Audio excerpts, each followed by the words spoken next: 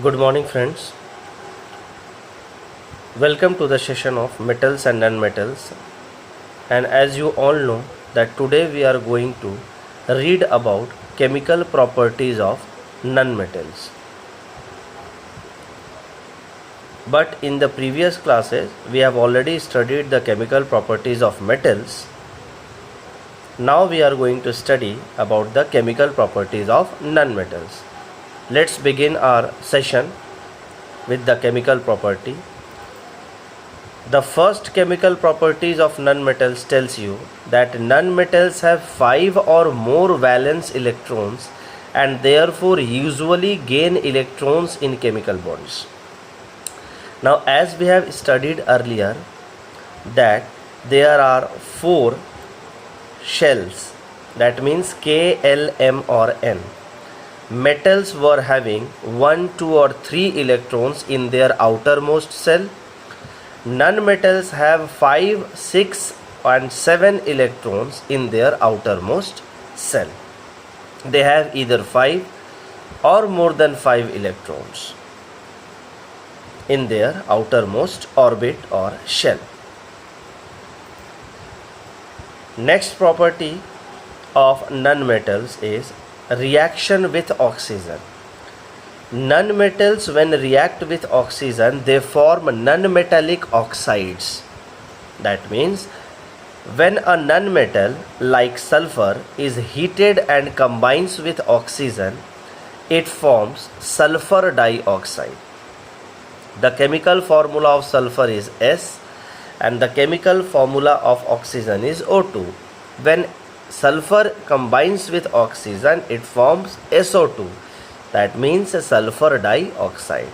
In the same way, when carbon is heated and gets combined with oxygen, then it forms carbon dioxide. The chemical formula of carbon is C. Chemical formula of oxygen is O2. When C mixes with O2, that means C plus O2, it gives you CO2, that is carbon dioxide. Next chemical property, reaction with water. Generally, nonmetals do not react with water, though they may be very reactive in air. Such nonmetals are stored in water. So as we are knowing that nonmetals generally do not react with water, but there are some metals which are very reactive when they come in contact with air, like phosphorus. Phosphorus is a nonmetal and it is highly reactive nonmetals. It catches fire when it is exposed to air. That means it catches fire when it comes in contact with air. So it is stored in water. To prevent the contact of phosphorus with atmospheric oxygen, it is stored in water. Next property is reaction with acids. Nonmetals generally do not react with acids. Now, today we are going to study about a new topic also, that is corrosion. Now, first of all, let's understand the meaning of corrosion by an activity. Now, the first definition of corrosion we will study. Corrosion is the damage caused to metals due to the reaction of metal with oxygen, moisture, carbon dioxide. As we all know that metals get damaged when it comes in contact with oxygen, moisture and carbon dioxide. Now you all know about rusting of iron. A brown flaky substance gets covered over iron materials when it comes in contact with air or water. That brown flaky material is known as rust. So ultimately your metal will be damaged. Now example of corrosion is formation of brown coating of rust over iron, that is known as rusting. Formation of green coating of basic copper carbonate over copper. Now in few copper utensils, when copper utensils get in touch with water or air or moisture, or get exposed in moisture or air or water, a green coating appears on the copper vessels. So it is also an example of corrosion. Next is formation of black coating of silver sulfide over silver. Now there is an activity to show that air and moistures are necessary for the rusting of iron. I have taken 3 test tubes and I have marked them 1, 2, 3. And I have put iron nails in each of them. In each of them I have put iron nails. And I have put some anhydrous calcium chloride in test tube 1 to absorb moisture. I have put some boiled distilled water in test tube 2 and poured some oil over it to prevent air into the test tube. Now I have poured some water in test tube 3 and I have corked the test tube. Yani we have put the cork over the test tube and leave them for few days. After few days we will observe that the nails in test tube 1 does not get rusted because it had only air and no water. That means air was filled in the test tube, there was no water, so rusting does not happen.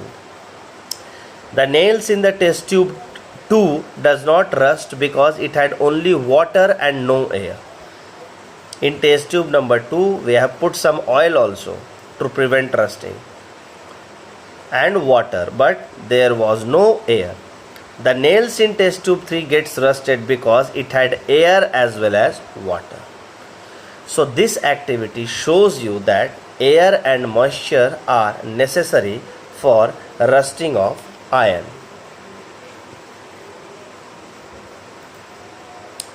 Now, prevention of metals from corrosion. How can we prevent metals from being corroded? Now, corrosion of metals can be prevented by applying oil or grease, applying paint, by galvanization, that means coating the metal with zinc, by tinning, that means coating the metal with tin, by electroplating. In the next exercise or in the next chapter we are going to study about electroplating, that means coating a less reactive metal like chromium. We put a coat of chromium on another metals, and the last process is alloying, that means making alloy. Now here a word alloy is there, and first of all we are going to describe or we are going to understand what an alloy is. An alloy is a homogeneous mixture of a metal with other metals or non-metals. That means mixture of metals with non-metals are called alloy. For example, steel is an alloy which is a combination of iron and carbon. Stainless steel is a combination of iron, carbon, cobalt and nickel. Brass is a combination of copper and zinc. Bronze is a combination of copper and tin. And solder is a combination of lead and tin. Usually solder is used for welding electrical wires together. If one of the metal in an alloy is mercury, it is called an amalgam. Now alloy is a mixture of metal and metal or non-metal, but if one of the metal is mercury, that means we are going to call it as an amalgam. Now for today only this much is there in this session, and the chapter is finished. Hope you have enjoyed the chapter and hope that you are learning at your home also. Here is some assignment for you all. There are 4 questions. which you have to solve into your rough copy and post it in the WhatsApp group as usual. And after that I'll send you the answer, and you have to match it correctly, and again you have to write it in your fair copies. I hope that you all have written the word meanings in your fair copies, as well as the hard words which you are not understanding while going through the chapter. So please write the meaning of the hard words also, and complete the assignment on time. Post it on WhatsApp group on time. And again, at last, I would like to say that if you liked the video, please share it and click on the like button.